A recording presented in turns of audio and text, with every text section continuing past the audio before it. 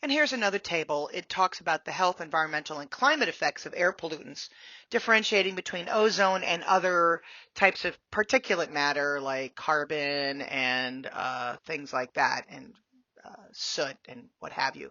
In terms of ozone, it does decrease lung function because it bonds to the places where our body uptakes O2, which is why it can be problematic.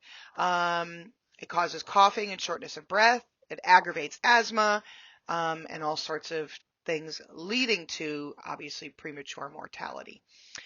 Um, the impact on the environment is it does decrease the yield, as we talked about. It damages vegetation because the plants don't get enough CO2 to transfer into oxygen.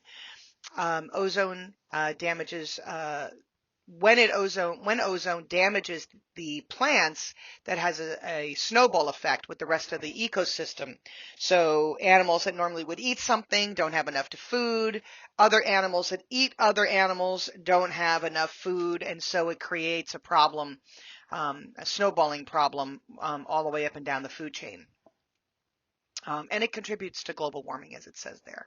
The particulate matter are the things like the soot and the and other items that are in the carbon particles that are in the air from burning things and stuff like that. It aggravates heart and lung issues. I mean, and heart issues because our heart needs oxygen to pump and survive, and the heart supports lung health. And so not only does it damage the lungs, and if the lungs don't function well, it hurts the heart because the heart's not getting enough oxygen, and that then starts to decrease the ability to pump out blood, et cetera, et cetera. So it's like a very horrible spiral, and leading to, as it says there, premature mortality. The carbon particles absorb heat, leading to warming, along with ozone, and it also has an impact on where rain falls. So that's why there are times when we have, horrible high levels of rain, and then other areas are getting no rain at all. That's why we're seeing droughts in the Southwest and other areas of the country. That's why California has been struggling with a drought for a while. All of these. So next we'll talk about water pollution, and specifically what kind of pollutants are in the water and what kind of harms they create. Salt is a big one because salt brines, which are byproducts from mines and oil wells, create issues so that there is higher levels of saline in the water that goes back into our water supplies, our aquifers. And the same thing when we use sodium chloride and calcium chloride, which is another type of salt, when we want to make sure our winter roads don't freeze over. So when people spray salt all over the place on the highways and on the local roads, when it rains, when there's melt off, that stuff soaks into the ground, gets into our water supply, and it increases the salinity of the drinking water, making it non-drinkable. This harms marine life, of course, because freshwater fish shouldn't be in salt water, and saltwater fish can't be in freshwater. And so it does create a problem for our marine life, but it also creates problems for us because we shouldn't be drinking those high levels of sodium chloride and potassium chloride. There's a certain level that's fine. We should have salt. We need a certain level of salt percentage in our body and in our systems, which is why isotonic solutions have a little bit of salt in them. But we want to be careful of not having too much because that can create problems with our hearts and our blood supply and things like that. Iron and sulfates are also found in polluted waters, and they are lethal to all sorts of organisms within waterways, food, et cetera, et cetera. Iron's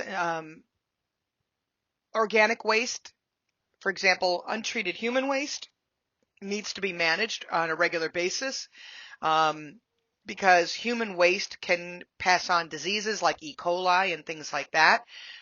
That's why we often hear about problems with organic waste that doesn't degrade appropriately, affecting the water supply in fields where we have lettuce and things like that, and lettuce absorbs E. coli and then that gets passed on to us. So it creates that cycle. And oftentimes the E. coli comes from cows, absolutely, but it also can come from untreated human waste.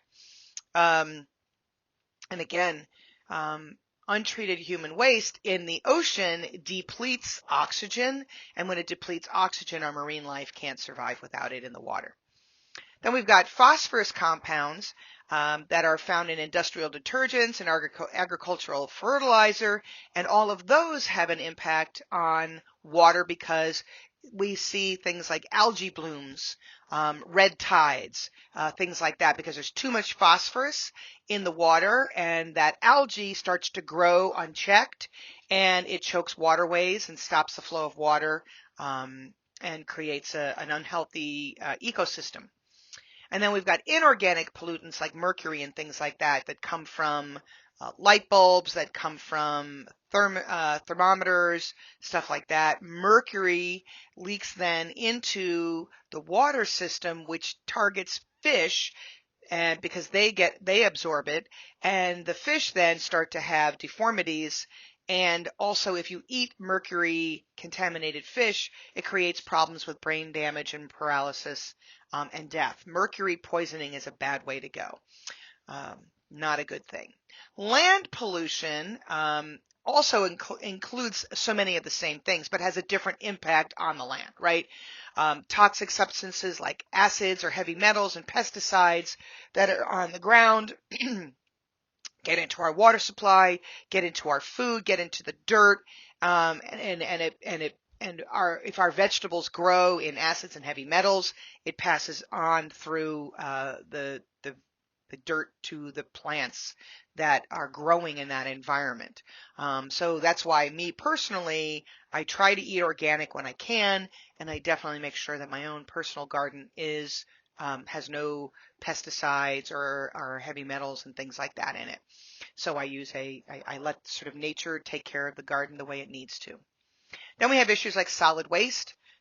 My garbage, for my house, that's called residential garbage. Then we've got industrial garbage from manufacturing environments, agricultural waste from farmlands where there's big farms, and then there's animals and plant waste. All of those things. We need to try to manage some of that agricultural waste through composting. I try to minimize my garbage footprint by making sure I recycle everything that I can, and I also make sure that I compost any food products that I can. I don't burn my leaves. I compost them and I add them to my compost turner, so that all my vegetable food waste and my leaves and grass all go in and impact on recreating soil that I can put back into my garden. So it's a nice, sort of closed loop system there. And also, of course, there's things like nuclear waste from nuclear power plants. In many ways, nuclear power plants are really wonderful tools for good safety. But if people don't manage the nuclear waste appropriately, it can affect the environment. And certainly, for years, there were people that didn't take care of it properly. Not only does it create health impact for individuals who are exposed to it, but it also interferes with the way plants and animals grow and reproduce.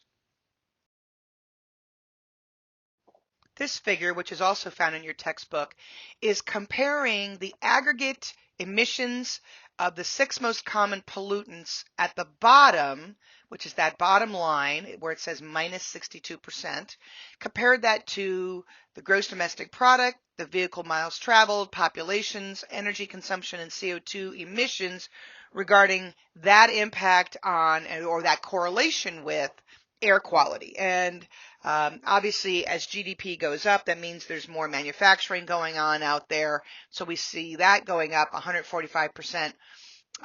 Vehicle miles traveled, 95% increase over that time, which of course we know has an impact on pollution.